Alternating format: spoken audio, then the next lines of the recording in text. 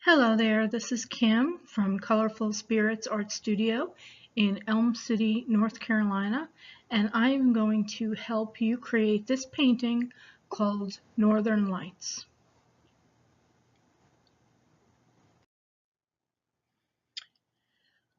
I was painting over a canvas that had another sketch on it, so just ignore the background there. You're going to start with a blank canvas, and you're just going to start with your blue strokes on a bit of an angle, and I believe I started with phthalo blue. Okay, here I filled in the upper part of the canvas with blue, phthalo blue and cerulean blue strokes to get some contrast. You're going to be bringing in other colors that are going to meet that, so you may have to go back and forth with your blues or your other colors. A lot of acrylic painting or painting in general there's a lot of back and forth.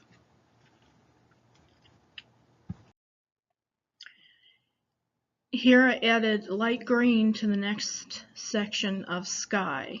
I left some areas blank where I'll put some other colors just to keep them pure.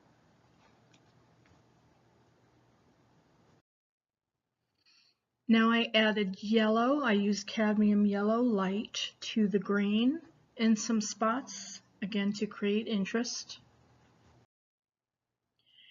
And here I added crimson, or you can use your red, to the sky in certain spots. Now, sometimes paintings go through an ugly stage, so don't let that discourage you.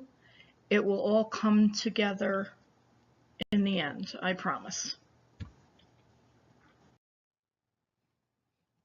Now you want to blend your colors together a little bit. We just want to blend the edges. We don't want to create new colors. We just want to have one smoothly transition into the other. And you can see here I'm starting to try to make that angle a little sharper. So it's almost, going straight up to that right corner. So we're going to create a harsher angle here.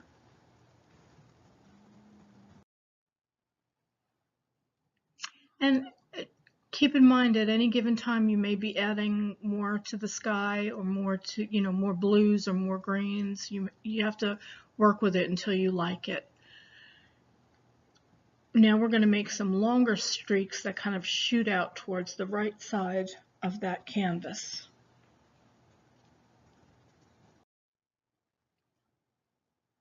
Step back. Always take a step back from your painting, whatever you're working on, and look at it in its entirety.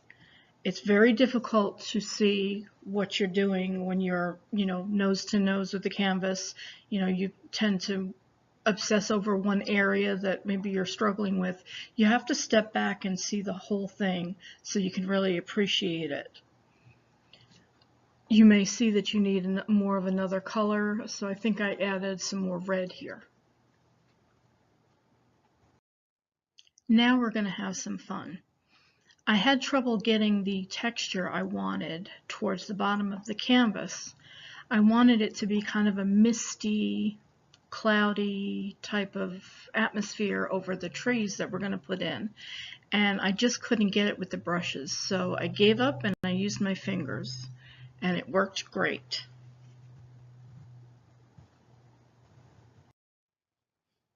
I teach a lot of kids classes, and 2 of my kids created their own versions of this painting shown here.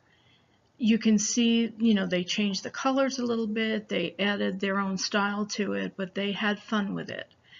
I'm sorry the clarity on these isn't great. I cropped them out of larger pictures, but I think you can get the idea. And I just hope you have as much fun creating it as they did. To add the white stars to the sky, I use a toothbrush and I dip it in watered down white paint. And then you pick up the brush, you hold it over your canvas, and you flick the bristles of the brush to get those little tiny flecks of paint. But I would encourage you to practice on a blank piece of paper first, because you just want to get a feel for how the brush how it feels in your hand so you don't wind up doing it all in one spot. And then you're going to add your trees and some ground to the bottom of the canvas. I would do that after you do the stars, because the stars will get on top of your trees, and like I did, and then I had to touch up my trees again. So you definitely want to do your trees last. I used a small flat brush to create the trees. I just tapped the paint on. I used kind of the corner of the brush and just tapped the paint on, and I wanted to create uneven tree, kind of triangular shapes, and different sizes, different widths to make it interesting. And I did that with black paint.